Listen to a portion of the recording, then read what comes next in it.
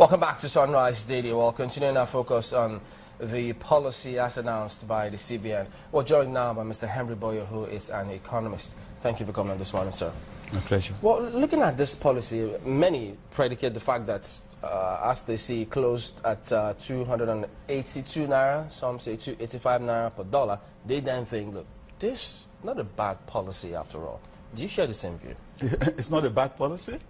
So they say. What do you think? I think every policy of government has to be assessed in relation to the impact on the people. I think that should be the fundamental premise. You have to start from that position, okay? How does it affect you for Naira to be 280 what, or even 300? Because yesterday was just the beginning of the show.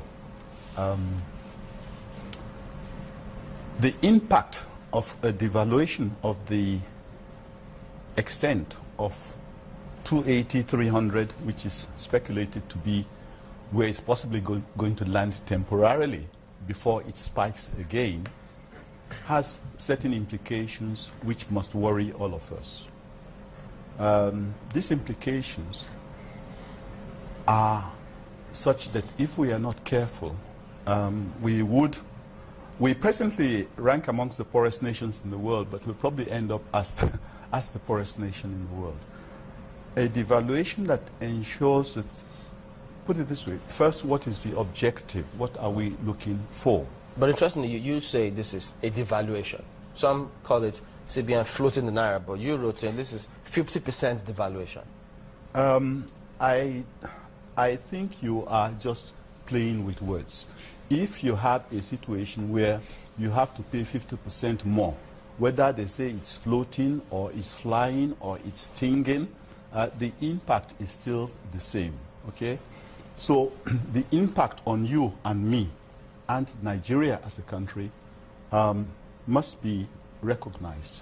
First of all, we are looking for the objective, as I said, as I wanted to say, is that we would get more foreign investment coming in. I think that's the prime thing everybody says. It will allow more investments to come in. It doesn't tell you strictly how much investment we are looking for. But if we have to go by history, it is unlikely that we would have, we would expect over 15 billion or 20 billion to flow into the system, okay? That is the usual advantage that the propagandist would, use to explain that we need to devalue to this extent, or even beyond it, $15 billion. President Buhari challenged his economic experts. He said, tell me one good advantage of this thing. And he said they still couldn't tell me. And I'm still waiting I still can't get one, except possibly this one of, say, $15 billion will come through and everything will be okay afterwards. But what is the cost of that $15 billion that we're expecting, which is not even certain? Not to talk about this $15 billion coming directly as portfolio investments and adding very little. Those funds are funds which possibly adventurers, financial adventurers, would get 2 or 3% in their country, and because they see that your own country here is offering 15%, they'll bring it in. These are the kinds of funds we're talking about. We're now still talking about the objective or what you would get as a result of this devaluation. But what is the converse? 15 billion is what we're looking for, or any other advantage which hasn't been defined. But the cost immediately is that $45 billion, which used to be the value of the Nigerian stock exchange, of the shares in the Nigerian stock market, $45 billion or 9.5 trillion Naira or whatever, converts to about $45 billion. By this simple devaluation, you have wiped out $25 billion. And all you keep saying is, we will get $15 billion, this foreign investment. Meanwhile, with a stroke of the pen, you have lost 20-something billion dollars out of your stock market. The 5 trillion Naira that you expect, we keep debating on how to use it, pension funds, it should go into here, it should go into there. If it should have gone into infrastructural enhancement, your 5 trillion Naira, which used to be $25 billion, is now about $12 billion. The objective, don't forget, is $15 billion. At least that's the only one they can grab and say this is what we want. But now look at the series of events. Your GDP, that was supposed to be $510 billion, okay? By this devaluation, is probably less than $3 billion. Your assets, you have, tell me one other advantage apart from this one of $15 billion that would come as portfolio investments that can run out the very next day. Yeah, I'm looking at the ripple effect you just reeled out, and what readily comes to mind is the Nigerian who is into business, who's taking maybe foreign loan. You're a dead man, basically, because you have to find 50% more money. For example, if you took $1 million, okay, and before you had to find 200 million Naira to pay for it, okay, and that's assuming as a businessman you were successful in making a profit of 10% on that $1 million transaction, okay, you've made a profit of 10 million out of, 20 million out of 200 million.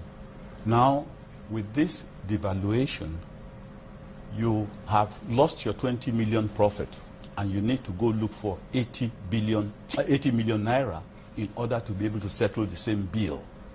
You will get that 80 million Naira, but you would have to go to the bank, because unless you're a thief or you're a government thief or something like that, you won't easily have that kind of money under your bed. You have to go borrow it. And the banks would not say, sorry, this man, Forex hit you. Anyway, let's give you loan. But they won't give it to you for free. The indications are that you will probably get that loan at 20% or more.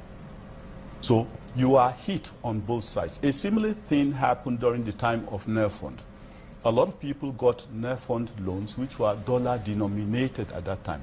Naira Fund, by the way, was the National Economic Reconstruction Fund. It's not only yesterday they started throwing money at industries and hoping that we would grow. But they do it, and people, how would I say it, commend these gestures. But these gestures are usually very ephemeral because they are not deep-rooted. They are not rooted in the structure, in the formal structure, in the best practice structure that should drive an economy. All these times that you had all these interventions, agricultural, this, 200, this, all the administrations have gone through the same exercise, but they never think about the realities on the ground, which is that no economy can be successfully driven without the monetary indices supporting your actions. In other words, if you had inflation continuously trending around 16 or 20% and could even be triggered much beyond 20% as a result of this particular devaluation, especially with regards to the impact it would have on oil prices. Don't be so relaxed and think, price of petrol is only for 145 Naira. With this arrangement now, the price of petrol will certainly exceed 200 Naira. Otherwise, there would be subsidy. So you now have this myriad structure of, how would I say it, distorted realities in the sense that somebody is choking you and he says, don't worry, you get better tomorrow. But it's not releasing his grip. It's not releasing his grip. Is this peculiar to Nigeria or other African countries? Our neighbors, like Ghana, we've seen some businesses going there, especially the airliners, the United States airliners who were operating in Nigeria. They have moved to Ghana, and a couple of them. But it would seem as if what we're seeing here is also not new in places like Ghana. Well, I'm always amused when people talk about Ghana as the attractive economy where industries are moving and this and that and that and that. It's all false. There's nothing like that. And the situation in Ghana is even worse than here, okay? Because the reality is that these same monetary indices, which have been denied as a critical factor of development and growth, real growth, inclusive growth, okay, are also exhibited in a worse magnitude in Ghana. For example, I have been, how would I say, loudly how would I say, describing the treasury bill mop-up system of the central bank as totally fraudulent in many ways. I've said that for 14 years and nobody's contradicted me. And yet the treasury bill, cost of treasury bills, or the yield on treasury bills in Nigeria, maybe 10%, 11%, 12%, okay? In Ghana, the Central Bank of Ghana is mopping up excess liquidity at 26%. So if you're mopping up excess liquidity at 26% and inflation is trending towards 20%, and cost of funds, I was in Ghana a few weeks ago, and the Monetary Policy Committee had just had a meeting, and the new governor of Central Bank of Ghana was being asked, so at 26% mopping up, and what do you think cost of funds to the real sector would be? And the comment was that, well, there's very little we can do at the moment because of the volume of liquidity that we have to handle. And the reporter who was asking the question said, so it means that the real sector will still have to bear with 35% cost of funds for some time to come. You cannot run an economy successfully if the real sector in your country is having to borrow at 35%. Okay? You cannot run an economy successfully when inflation is trending at 16% or 20%, as the case may be.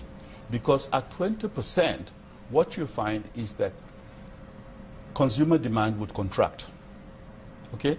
If consumer demand contracts, what is an investor hoping to, what purpose is he hoping to serve? The person who used to, the baker who used to bake maybe 100 loaves of bread a day for his market might have to 10 to 50 loaves of bread because there's no market. And what does that mean? And that's on a micro scale, okay? You can look at it from the macro scale as well. And you would find that the ultimate, how do I say it, fallback you would have was to throw out people out of jobs. And that only helps to do what? Increase our unemployment problem, and so on and so forth. So if you say you celebrate devaluation of 50% or thereabouts, and you want to let people believe that this will bring them happiness in the future, I would want you to refer to history. The same arguments have been made over time. When we had SAP, the same thing happened. Okay. When 2006, or the debt relief, the same thing. We were asked, take it easy, but we are much worse, and I don't think we should take it easy. We'll come back and continue on this and take a look at how it will also affect us further. So just don't go away. We'll be back.